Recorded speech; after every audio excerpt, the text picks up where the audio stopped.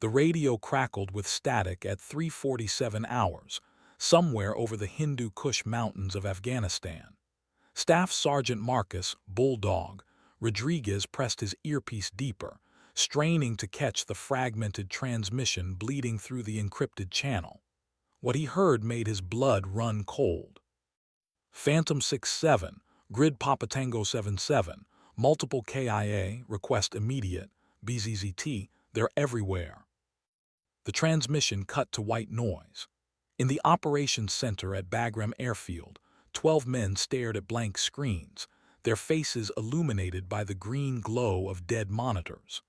Phantom 67 was a SEAL team that had gone dark 48 hours ago during a high-value target elimination in the Korangal Valley. According to official records, there were no survivors. So who was calling for help? Major Janet Viper Kellerman stood in the shadows of the briefing room, her arms crossed over her flight suit. At 34, she carried herself with the quiet confidence of someone who had earned every stripe on her sleeve the hard way. Her jet-black hair was pulled back in regulation style, but nothing could hide the intensity in her dark eyes, eyes that had seen too much and forgiven too little. The other pilots called her the Ice Queen behind her back, a nickname that stung more than she'd ever admit. "Ma'am," Rodriguez called out, his voice cutting through the tension, "we need birds in the air, fast." Kellerman stepped into the light, her boots clicking against the concrete floor. The room fell silent. She'd been flying combat missions for 8 years, longer than most of the men in the room had been in the military. Yet she still had to prove herself every single day, still had to endure the sideways glances and whispered doubts about whether a woman could handle the pressure when the bullets started flying.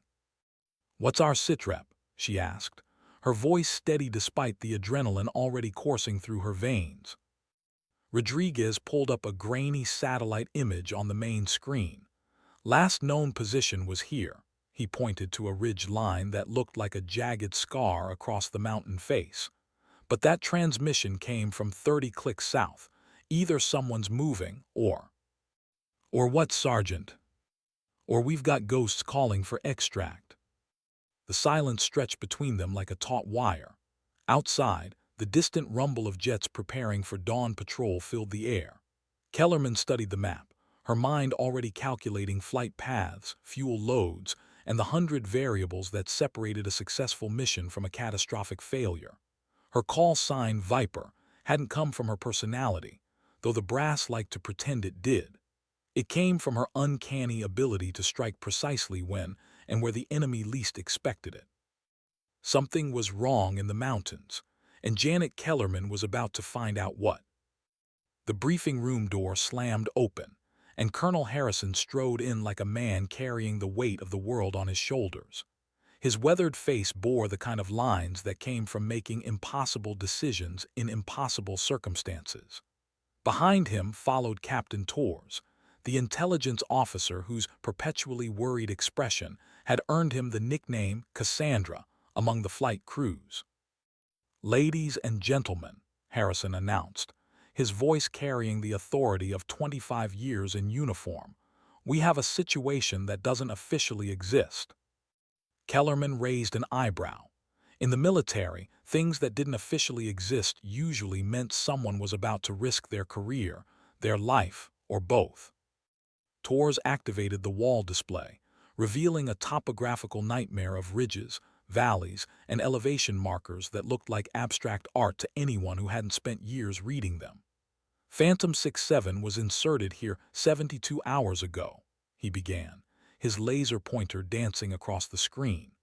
"Their mission was to eliminate Hassan al-Zarqawi, a high-value target believed to be coordinating attacks against coalition forces from this compound."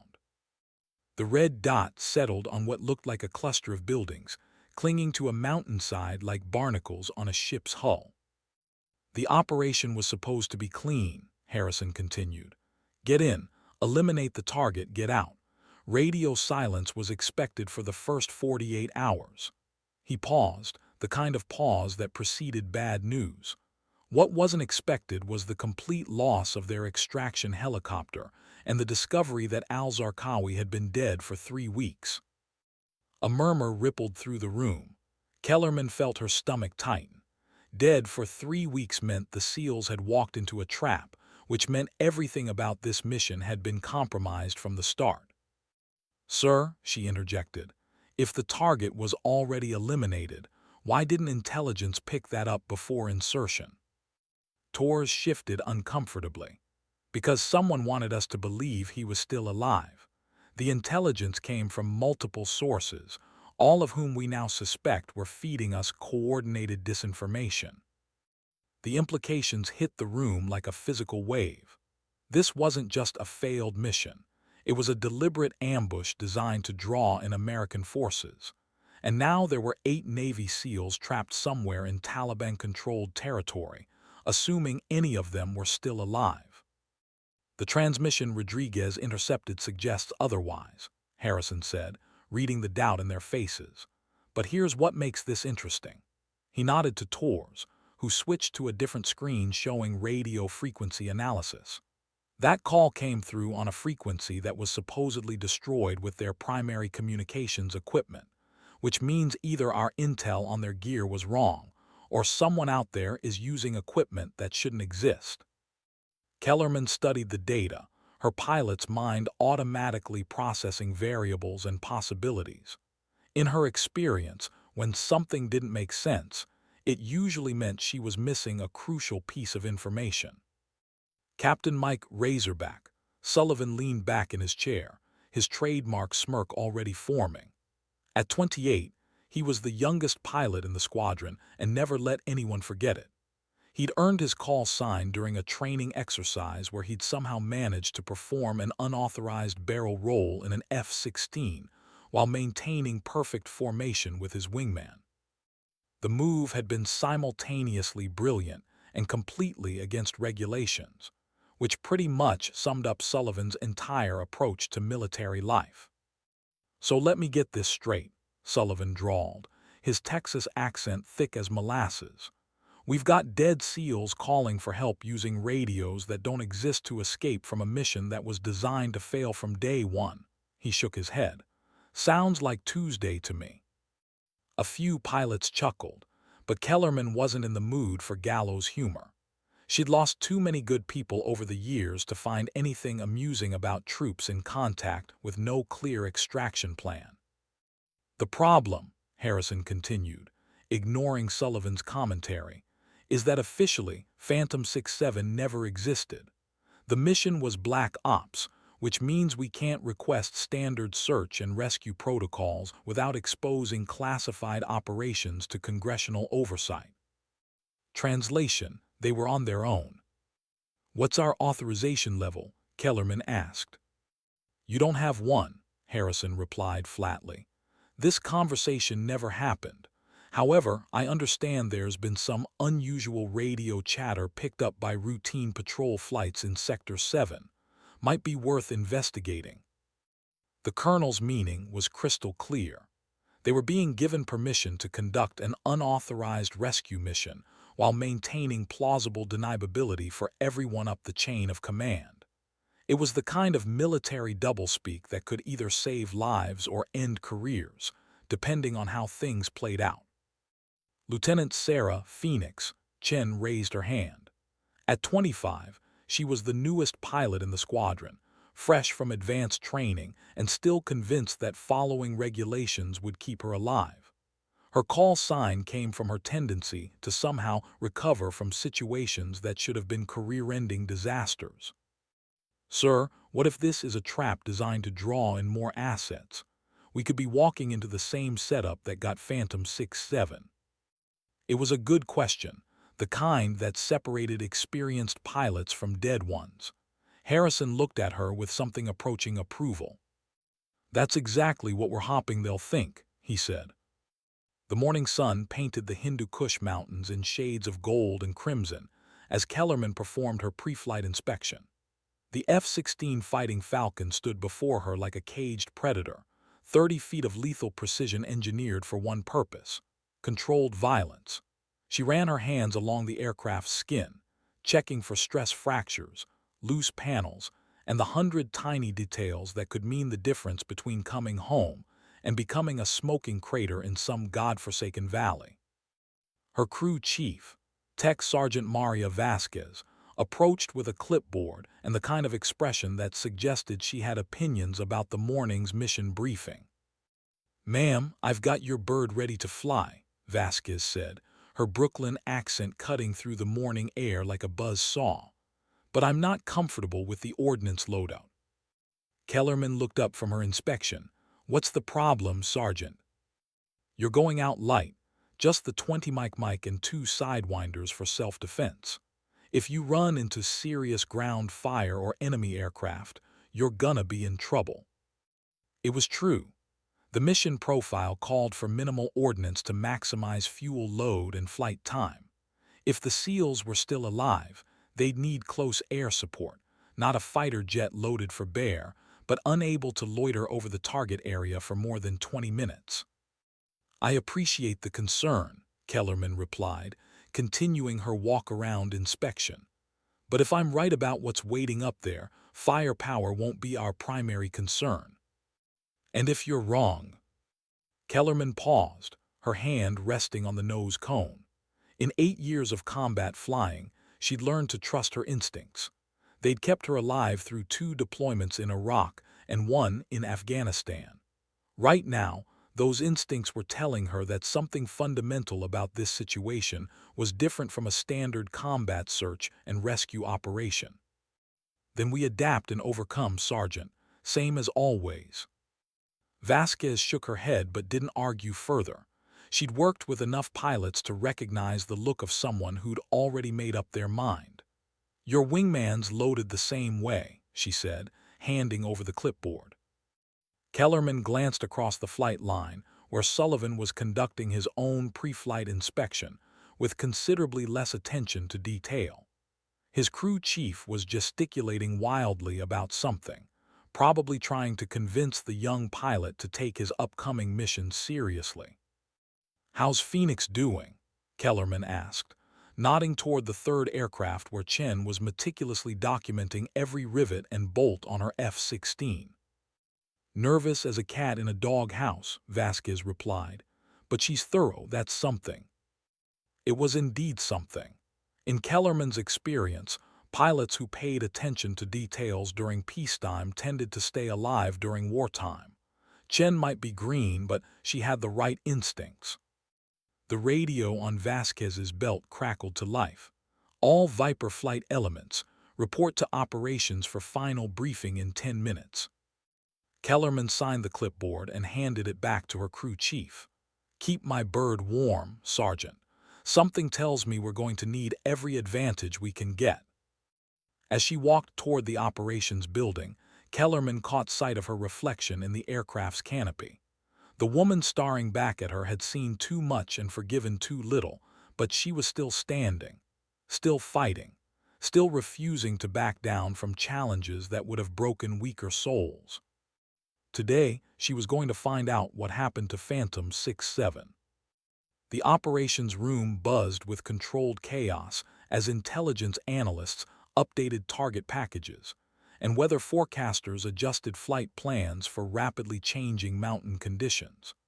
Kellerman studied the latest satellite imagery, looking for patterns that might reveal enemy positions or potential landing zones for helicopter extraction. "Viper flight, gather up," Harrison called from the front of the room. Sullivan and Chen flanked Kellerman as the colonel activated the main display screen. "Latest intercepts suggest Phantom 6-7 may be holed up here." He pointed to a ridge line approximately 40 miles southeast of their last known position. "The terrain is impossible for vehicle access, which explains why they haven't been overrun. It also means any extraction will have to be by air." "What's the threat assessment?" Chen asked, her voice steady despite the circumstances. Torres stepped forward with updated intelligence estimates. "We're looking at a minimum of 200 Taliban fighters in the area, possibly more. They've got small arms, RPGs, and at least 3 heavy machine gun positions. No confirmed anti-aircraft systems, but that doesn't mean they're not there." 200 fighters was enough to overwhelm 8 SEALs, assuming all 8 were still combat effective. The fact that someone was still transmitting suggested at least partial unit cohesion, but it also meant the Taliban knew approximately where to find them. "What about extraction assets?" Kellerman asked. "2 Chinooks on standby at Fob Shank, but they won't launch without confirmed friendly positions and some kind of suppression of enemy air defenses." Harrison's expression suggested he wasn't optimistic about their chances of meeting those criteria. Sullivan raised his hand. "Sir, how exactly are 3 F-16s supposed to provide SEAD against an unknown number of threats scattered across 30 square miles of mountains?" It was another good question that Harrison didn't have a good answer for. "You're not," he said finally. "Your job is to locate Phantom 6-7, confirm their status, and provide close air support until extraction assets can reach them. Everything else is secondary." Kellerman felt a familiar tightness in her chest, the same feeling she'd experienced before every combat mission over the past 8 years. Fear mixed with anticipation, dread tempered by training and experience. But this time was different. This time, she was flying into a situation where the usual rules didn't apply and the margin for error had been reduced to 0. "Time to target?" she asked. "Wheels up in 15 minutes. Flight time to patrol area is 47 minutes at standard cruise. 15 minutes to strap into 30 tons of flying death and launch into harm's way. 15 minutes to mentally prepare for whatever nightmare was waiting in those mountains." Kellerman looked at her wingman. Sullivan appeared relaxed, almost casual, as if this were just another training exercise. Chen looked focused but nervous, the way any rational person should feel when contemplating flying into enemy territory with minimal support and maximum risk. "Any questions?" Harrison asked. There were 1,000 questions, but none that had answers worth hearing. "No, sir," Kellerman replied for all 3 pilots. "Then let's bring our people home." The walk to the aircraft felt longer than usual, each step carrying them closer to an uncertain fate. Kellerman's boots crunched against the gravel as she approached her F-16, its sleek profile cutting a stark silhouette against the dawn sky. The morning air carried the familiar mixture of jet fuel, hydraulic fluid, and the indefinable scent of military operations, a combination that had become as familiar to her as her own heartbeat. Vasquez was waiting with helmet and flight gear, her expression a mixture of professional competence and barely concealed worry. In the 8 months they'd worked together, the crew chief had never seen her pilot launch on a mission with so many unknowns and so few contingency plans. "Ma'am," Vasquez said as she helped Kellerman into her flight suit, "I know it's not my place to say, but I've got a bad feeling about this one." Kellerman paused in her preparations. In her experience, crew chiefs possessed an almost supernatural ability to sense when missions were about to go sideways. Their insights were often more valuable than intelligence estimates or tactical briefings. "What kind of bad feeling, Sergeant?" "The kind that says somebody's not telling us everything. I've been working on fighter jets for 12 years, and I've never seen a mission profile quite like this one. You're flying into Indian country with minimal ordnance, no backup plan, and radio calls from people who are supposed to be dead." She shook her head. "In my experience, that's how good pilots end up as names on memorial walls." It was a sobering assessment, and probably accurate. But 8 Navy SEALs were trapped somewhere in those mountains, and they deserved every chance at coming home alive. "Sometimes that's the job, Sergeant," Kellerman replied, pulling on her flight gloves. "Sometimes you've got to take the risk because the alternative is unacceptable." Vasquez nodded, understanding even if she didn't like it. "Then you bring yourself home too, ma'am. I've got too much time invested in training you to let some Taliban asshole ruin my perfect maintenance record." It was the kind of gallows humor that kept military personnel sane in insane situations. Kellerman smiled despite herself. "Roger that, Sergeant. I'll try not to break your airplane. The canopy closed with a pneumatic hiss, sealing Kellerman into the familiar cocoon of switches, displays, and controls that had become her second home.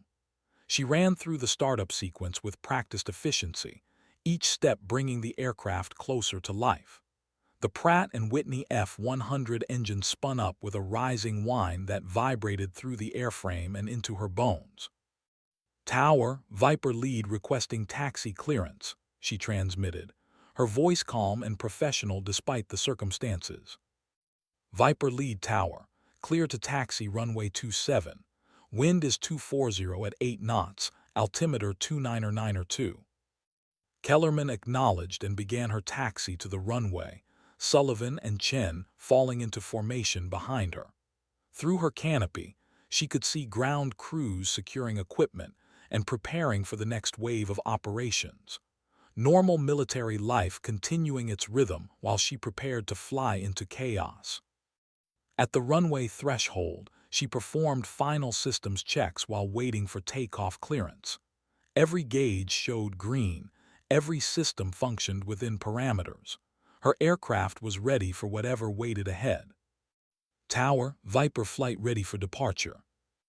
"Viper flight, you are cleared for takeoff. Fly safe and bring our people home." The tower controller's words carried extra weight this morning. Everyone knew this wasn't a routine patrol. Kellerman pushed the throttle forward and felt 30,000 pounds of thrust push her back into her seat. The runway markers blurred past as her F-16 accelerated through takeoff speed.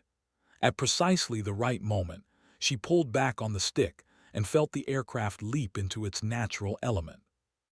Below them, Afghanistan spread out like a brown and tan patchwork of desert, mountains, and human determination. Somewhere in that hostile landscape, 8 American warriors were fighting for their lives. And Janet, Viper, Kellerman was coming to get them. At 28,000 feet, the Hindu Kush Mountains looked deceptively peaceful. Snow-capped peaks stretched to the horizon in every direction, their jagged profiles softened by distance and altitude. But Kellerman knew that apparent tranquility was an illusion. Down there in the valleys and ridge lines, men with guns were hunting other men with guns, and the outcome would be determined by training, luck, and the willingness to do whatever it took to survive. "Viper 2, radio check," Sullivan's voice crackled through her headset. "Viper 2, loud and clear." "Viper 3, same." Chen's transmission carried the slight tension that came from flying her first real combat mission. Everyone reacted differently to the prospect of people shooting at them. Some pilots became loose and chatty, others went silent and focused. A few discovered they weren't cut out for this kind of work and found reasons to request transfers. Chen seemed to be handling it well, but the real test would come when the bullets started flying. "Viper flight, this is Overlord."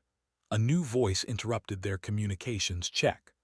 Overlord was the call sign for the airborne warning and control system aircraft orbiting somewhere high above them, its radar systems providing early warning and tactical coordination for coalition forces throughout the region. "Overlord Viper lead, go ahead." Viper lead were showing multiple radar contacts bearing 270 at approximately 60 miles from your current position. Estimated altitude Angels 5 to 8. No IFF squawks. Kellerman felt her pulse quicken. IFF stood for Identification Friend or Foe, electronic transponders that identified aircraft as friendly or hostile. Aircraft without IFF squawks were either malfunctioning or deliberately trying to avoid identification. In this part of the world, that usually meant trouble. "Overlord, can you classify those contacts?" "Negative, Viper lead. Contacts are intermittent and moving at approximately 150 knots. Could be helicopters, could be ground vehicles with mobile radar. We're tracking them but can't get positive identification at this range." 150 knots was too slow for fighter aircraft, but too fast for ground vehicles, which meant helicopters. The Taliban had been known to use captured Soviet-era helicopters for troop transport and logistics, usually flying low and fast to avoid detection. If there were enemy helicopters in the area, it could complicate their mission significantly. Roger, Overlord. Keep us posted on those contacts. Viper Flight is proceeding to patrol area as briefed. Copy, Viper Lead. Be advised, weather in your patrol area is deteriorating. Visibility dropping to 3 miles in haze and blowing dust. Just what they needed, reduced visibility in hostile territory while searching for a missing unit. Kellerman checked her navigation display and calculated their time to the patrol area. 23 minutes at current speed and heading. Viper 2-3, let's tighten up the formation, she transmitted. Weather's going to make this interesting. Sullivan and Chen acknowledged, closing the distance between their aircraft until they were flying in close formation. In reduced visibility, staying together was more important than maintaining tactical spacing. As they approached the mountains, Kellerman could see the weather front rolling in from the west like a brown wall of dust and debris. Visibility was already starting to degrade, and within minutes they'd be flying in conditions that would make visual identification of ground targets nearly impossible. Her radar warning receiver remained silent, which was both good and bad news. Good because it meant no one was actively targeting them with surface-to-air missiles. Bad because it meant they had no electronic intelligence on enemy positions or capabilities. Viper Lead, Overlord. Those radar contacts we were tracking just went dark. Last known position was approximately 15 miles northwest of your patrol area. 15 miles was close enough to be relevant, but far enough away to avoid immediate contact. Still, it meant there were unidentified aircraft operating in the general area, which increased the complexity of an already complicated mission. Roger, Overlord. Any word from ground forces in the area? Negative, Viper Lead. No friendly ground forces are operating in Sector 7 at this time. Which meant anyone they encountered down there would be hostile. The F-16's terrain-following radar painted a three-dimensional picture of the mountains ahead, revealing valleys, ridge lines, and the occasional structure clinging to impossible slopes. Kellerman studied the display, looking for anything that might indicate human activity or suitable landing zones for helicopter extraction. Viper Flight were approaching the patrol area. Spread out to search formation and keep your eyes open. If Phantom 6-7 is down there, they're going to be well hidden. Sullivan and Chen acknowledged, opening their formation to cover more ground while remaining within mutual support range. The three F-16s began their search pattern, flying precise grids designed to cover every square mile of the designated area. Below them, the mountains stretched endlessly in all directions, their peaks and valleys holding secrets that might include 8 missing Navy SEALs. The first hour of the search pattern yielded nothing but rocks, dirt, and the occasional goat herder who disappeared into caves at the sound of jet engines overhead. Kellerman's fuel gauge showed she had approximately 90 minutes of flight time remaining before she'd need to consider returning to base for refueling. Viper 2, anything on your sector, she transmitted. Negative, Lead, just rocks and more rocks, starting to think our intel might be off. Chen's voice came through the radio with typical rookie optimism. Maybe they already extracted themselves and forgot to tell anyone. It was possible, but unlikely. Navy SEALs were many things, but they weren't prone to forgetting basic communication protocols. If they were still alive and had working radios, they would have made contact through official channels rather than broadcasting on emergency frequencies. Viper Flight, this is Overlord. We're picking up intermittent radio chatter on multiple frequencies in your area. Can't decrypt it, but the transmission patterns suggest coordinated ground movement. Radio chatter meant human activity, and coordinated ground movement in this area probably meant Taliban forces maneuvering for some purpose. The timing was too coincidental to ignore. Roger, Overlord. Can you triangulate those transmissions? Working on it, Viper lead. Preliminary estimate puts the activity in grid squares Papa Tango 77 through 79. Kellerman checked her navigation display. Papa Tango 77 was approximately 12 miles southeast of their current position, which put it right in the middle of their search area. Viper flight, adjust search pattern to focus on grids Papa Tango 77 through 79. Someone's down there, and I want to know who. The three F-16s banked left and began flying toward the coordinates provided by the AWACS aircraft. As they approached the area, Kellerman noticed the terrain becoming increasingly rugged. This wasn't the kind of place anyone would choose for a casual hike or goat-herding operation. Viper lead, Viper 3. I've got something at 2 o'clock, about 8 miles. Kellerman looked in the direction Chen had indicated and saw a thin column of smoke rising from what appeared to be a cluster of buildings built into the side of a mountain. Smoke could mean cooking fires, but it could also mean something more significant. Good eye 3, let's take a closer look. As they approached the smoke source, details began to emerge through the haze. The buildings were more extensive than they'd appeared from a distance. A complex of stone structures connected by walls and fortified positions that suggested military rather than civilian occupation. Viper 2, what do you make of that? Sullivan's voice carried new tension. Looks like a fire base to me, lead. Definitely not your typical mountain village. A fire base was exactly what Kellerman had been hoping not to find. It suggested organized, well-equipped enemy forces rather than random Taliban fighters. It also explained why Phantom 6-7 might have run into more trouble than expected. Overlord, Viper lead. We've got a significant structure complex at grid Papa Tango 78. Looks like a fortified position. Can you confirm any friendly forces in that area? Negative, Viper lead. That grid square shows no coalition presence. However, we are picking up increased radio traffic from that general location. The pieces of the puzzle were starting to come together, and Kellerman didn't like the picture they were forming. Phantom 6-7 had been sent to eliminate a target who was already dead, which meant someone had wanted American forces to walk into this area. Now, they'd found what appeared to be a Taliban firebase in the exact location where the SEALs should have been operating. It was starting to look like the ambush Chen had worried about. Viper flight, maintain altitude and stand by for further instructions, she transmitted. I need to contact base for guidance. But even as she reached for her radio, Kellerman knew that guidance from base wasn't going to change the fundamental reality of their situation. 8 Navy SEALs were missing somewhere in this hostile terrain, and time was running out. Whether this was an ambush or not, they still had a job to do.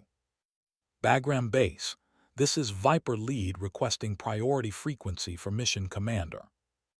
The radio crackled with static for several seconds before Harrison's voice came through the encrypted channel. Viper lead, go ahead with your sitrep. Sir, we've located what appears to be a significant Taliban firebase in grid Papa Tango 78. The facility is larger and more sophisticated than anything in our intelligence estimates.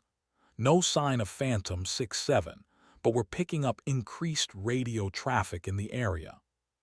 There was a long pause before Harrison responded. When he did, his voice carried the weight of someone making decisions with insufficient information and too much at stake. Viper lead, what's your assessment of the situation? It was the question Kellerman had been dreading. In her gut, she knew this whole operation had been compromised from the beginning. The dead high-value target, the mysterious radio transmissions, the sophisticated enemy positions, none of it added up to a routine rescue mission. Sir, I believe Phantom 6-7 walked into a deliberate trap. The question is whether they're still alive and if we can get them out. Another pause, longer this time. In the background, Kellerman could hear other voices in the operations center, probably intelligence analysts and senior officers trying to make sense of a situation that had spiraled beyond their control. Viper Lead, your orders are to locate and assess the status of Phantom 67. Rules of engagement remain in effect. You are authorized to engage hostile forces only in self-defense or defense of friendly personnel. Translation: they were authorized to start a firefight if necessary, but only if they could identify friendly forces to defend. It was a subtle but important distinction that could mean the difference between a rescue mission and an unauthorized attack on sovereign territory. Roger, sir. We'll continue the search. Viper Lead, be advised that extraction assets are standing by at Fob Shank, but they will not launch without confirmed friendly positions and suppression of enemy air defenses. Which brought them back to the fundamental problem. They couldn't call in the helicopters until they found the SEALs, but they couldn't search effectively with enemy forces controlling the high ground. Understood, sir. Viper Lead out. Kellerman switched back to her flight frequency and found Sullivan and Chen maintaining their patrol pattern while waiting for instructions.